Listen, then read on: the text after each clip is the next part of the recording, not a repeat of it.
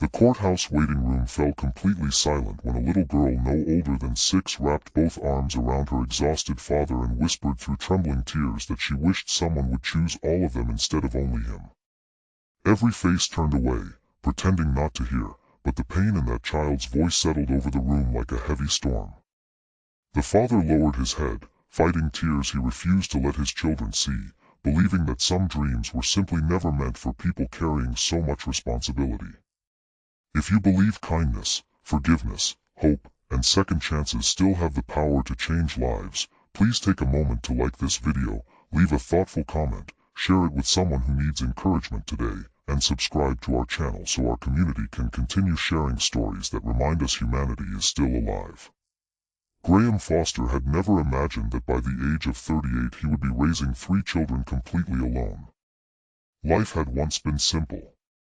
He had worked as a carpenter in a quiet coastal town, built playgrounds, repaired old homes, and dreamed of taking his family across the country every summer. Then tragedy arrived without warning. His wife passed away after a sudden illness, leaving Graham with 12-year-old Rowan, 9-year-old Elsie, and 6-year-old Finn. The grief nearly destroyed him, but every morning he forced himself out of bed because 3 young faces depended on him. He learned to braid Elsie's hair after watching online tutorials. He packed lunches before sunrise, attended every school meeting, fixed broken bicycles, comforted nightmares, and somehow still found enough strength to work 10-hour days. Money was always tight. Every paycheck disappeared into groceries, rent, school supplies, and medical bills. Graham wore boots with worn-out soles because buying new shoes for himself meant delaying Rowan's glasses or Finn's asthma medicine. His neighbors admired him, but admiration never paid the electricity bill. What hurt him most wasn't exhaustion. It was the loneliness that settled deeper every year. Friends encouraged him to start dating again. They insisted he deserved happiness. They created online dating profiles for him and even introduced him to women from work or church. Almost every conversation ended the same way. Everything seemed promising until they discovered he wasn't raising 1 child or even 2. He had 3. Some politely disappeared. Others admitted they didn't want such a complicated future. A few smiled kindly before explaining they wanted a family of their own, not one already in progress. Each rejection chipped away at his confidence until he quietly accepted that love belonged to people with fewer responsibilities. One sunny Saturday afternoon, the local library hosted a family reading festival. Graham took the children because admission was free and there were craft tables, music, and storytelling in the park beside the building. While Rowan helped younger children build wooden birdhouses and Finn chased bubbles floating through the grass, Elsie wandered toward an art station where volunteers helped children paint colorful murals. One of those volunteers was a woman named Clara Whitmore. Clara taught elementary school only a few miles away. She wasn't wealthy or glamorous. She had gentle eyes, freckles across her cheeks, and the calm patience that made frightened children instantly feel safe. She noticed Elsie carefully painting tiny blue flowers in one corner of the mural while quietly making room for every other child. Instead of praising only the artwork, Clara thanked Elsie for making everyone else feel included. That simple observation surprised Graham. Most people complimented appearances or talent. Very few noticed kindness. Over the next hour, Clara naturally found herself speaking with Graham while helping clean paintbrushes. Their conversation flowed easily. They laughed about stubborn glue, messy crafts, and how children always seem to know the funniest things to say. Graham hadn't laughed that freely in years. Before leaving, Clara knelt to thank each child personally for helping make the mural beautiful. She remembered all 3 names without asking twice. Weeks passed. By coincidence, they crossed paths again at a community garden where Graham volunteered on weekends in exchange for fresh vegetables. Clara had brought students to plant flowers for a school project. Once again, the conversation felt effortless. Friendship slowly replaced awkwardness. She never rushed him. She never asked painful questions. She simply showed up. The children slowly welcomed her into their world. Finn proudly showed her every bug he discovered. Elsie saved drawings to give her. Rowan, who trusted almost nobody after losing his mother, cautiously began asking Clara for advice about school assignments. For the first time in years, Graham allowed himself to imagine that happiness might still exist somewhere beyond survival. Yet fear remained stronger than hope.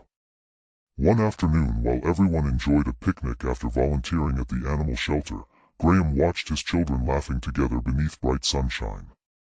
Clara smiled while helping Finn untangle a kite string. His heart filled with gratitude, followed immediately by panic. He quietly confessed the truth he had hidden from everyone, barely lifting his eyes from the grass. He admitted that no one marries a man with 3 kids. He didn't speak with bitterness. He spoke with complete surrender.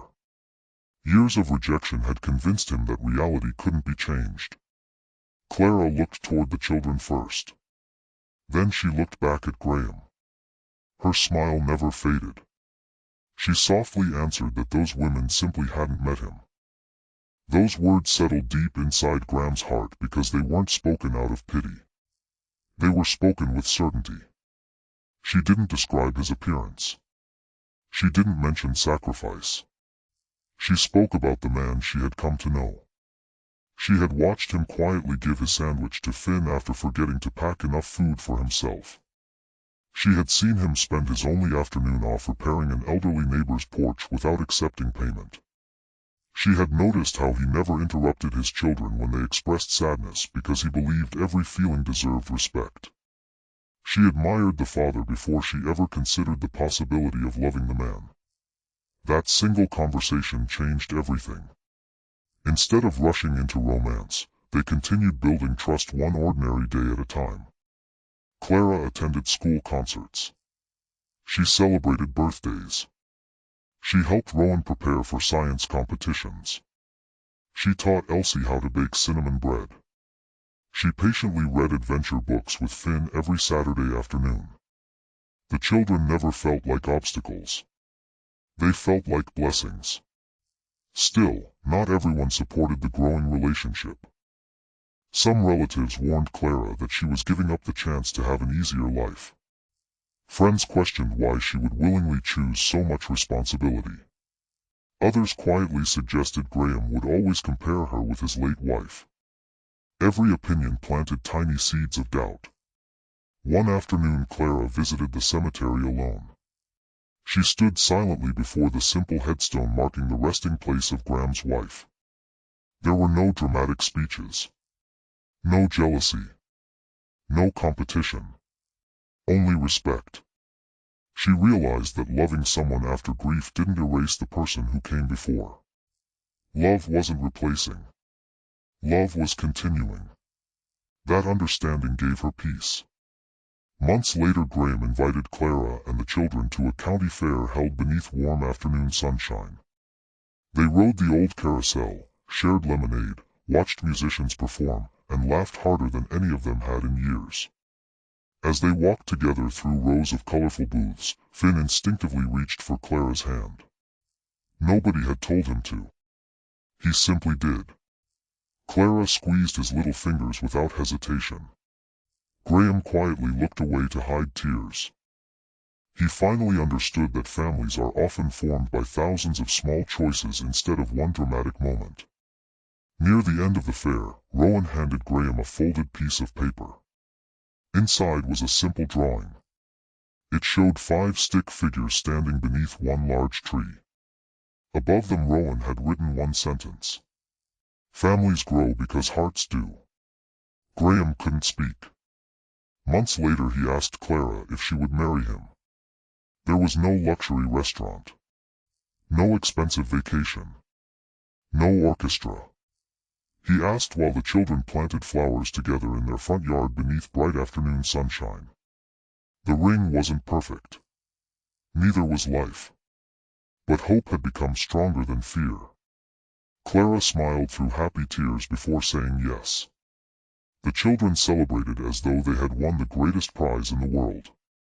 The wedding took place several months later in a small botanical garden filled with sunlight, fresh flowers, and close friends.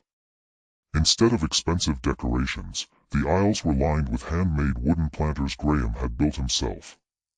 Rowan carried the rings. Finn proudly welcomed guests. Elsie carried a bouquet she had gathered with Clara from the garden that morning.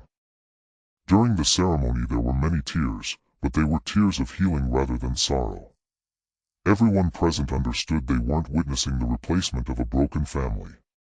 They were witnessing love gently rebuilding one. Years passed. The children grew into remarkable young people. Rowan became an engineer who designed accessible playgrounds. Elsie became an art teacher known for encouraging shy children. Finn became a pediatric nurse because he never forgot the kindness shown during his difficult childhood. Whenever people asked Clara whether raising 3 children had been difficult, she always answered with the same quiet smile. She explained that love multiplied everything worth having. Graham often remembered the painful words he had once whispered. He had believed no one would ever marry a man with 3 children. Looking around the dinner table now, filled with laughter, stories, birthdays, graduations, grandchildren, and endless memories, he realized that hopelessness had lied to him. The right person hadn't been searching for a perfect life. She had been searching for a genuine heart. Before we reach the end of this story, we'd love to hear from you. Please leave a meaningful comment telling us whether you believe love is stronger when people choose one another despite life's challenges, or share a moment when someone accepted you exactly as you were. As the afternoon sun warmed the family garden years later, Graham watched grandchildren running through the same flowers he and Clara had planted together. He understood that the greatest miracles rarely arrive with applause. They appear quietly through compassion, patience, forgiveness, and the courage to believe that even wounded hearts deserve another chance. The words he had once whispered in defeat had become a distant memory, replaced by a lifetime of proof that the right person doesn't count the burden someone carries. They notice the love with which those burdens are carried. And sometimes, the family you think makes you impossible to love becomes the very reason someone falls in love with you.